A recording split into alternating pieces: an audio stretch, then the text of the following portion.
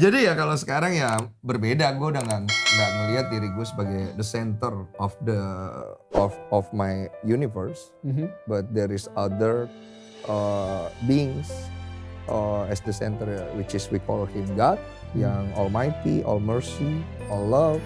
Jadi dialah center of it. So setiap kali gue melakukan sesuatu, I reflect to him, supaya gue bisa tahu mana yang lebih baik daripada apa yang kita pikir baik.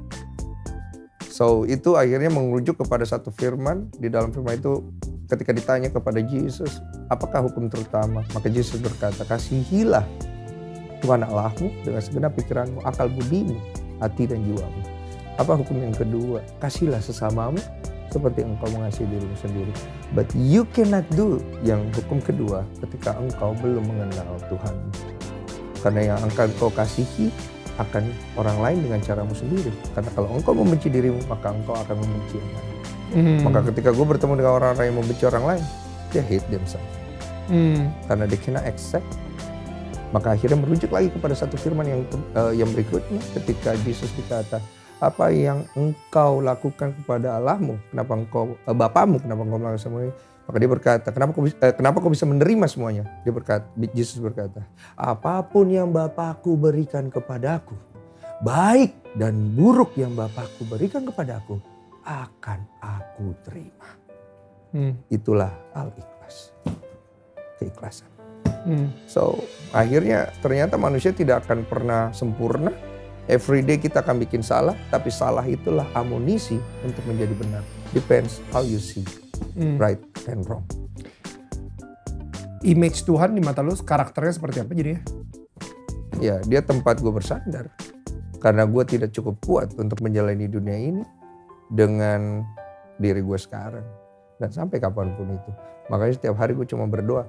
Gue tuh udah hampir tidak pernah berdoa meminta sesuatu untuk diri gue. Karena gue berdoa meminta sesuatu untuk yang lain. Karena gue ngerasa gue sangat tidak tahu apa yang mau gue minta sekarang. Karena dia mencukupi semuanya. Tapi satu hal yang selalu gue doa, gue minta sama dia satu yang selalu bilang, Tuhan jangan jauh dariku. Karena pikiranku bisa salah. Aku pun bisa salah akan pikiranku akan engkau. So ketika aku berbelok, you are the God, you know how to bring me back. Don't leave me alone. So itulah doa gue yang gue bisa, jangan jauh-jauh dari. Tadi kayaknya lu belum jawab deh. Kenapa Yesus? Why Jesus? Ketika lu nulis pergi cari Tuhan, kenapa pilihannya Yesus? Kenapa? Ya, tidak yang karena lain. lu udah nyari kan, lu nyari kemana-mana. Which is this is the problem. Yang akhirnya gue juga harus ngomong sebenarnya. Okay, I got the wisdom now. So basically a lot of people talking about Jesus and they have a problem with Jesus as God.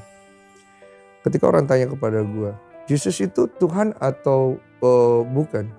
Ya depends on you. What do you believe? Because for me, it's the words of God. Untuk lo dia adalah sabda dari Tuhan yang hidup. Dia adalah firman dari Tuhan yang hidup. Oke. Dalam Yohanes berkata, aku adalah firman. Awal mulanya adalah firman. Dan firman itu hidup firman itu hidup di dalam aku. So, apakah bisa firman Tuhan, firman Allah dipisahkan dari Allah itu sendiri? Apakah bisa sinar matahari dipisahkan dari matahari itu sendiri? Ketika orang bertanya ada berapa Tuhan di dalam Kristen, God is only one. Depends how you want to see. So, who is Allah? Who is Jesus? Jesus is the words of Allah. So who you want to worship? You want to worship the Father? You want to worship the Jesus? Back to you. Because they are one. Ya. Because Jesus say, aku dan Bapakku adalah satu. Tapi Bapakku lebih daripada aku. Dan di akhir waktu aku akan memerintah menurut keadilan Bapakku.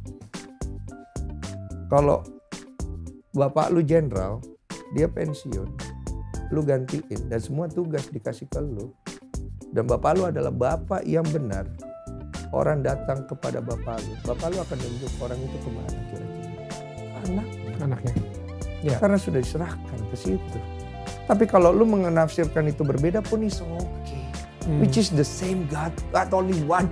God all human being gitu loh. Lu mau create another God juga silakan. Tapi ya Tuhan yang pemaaf, pengasih.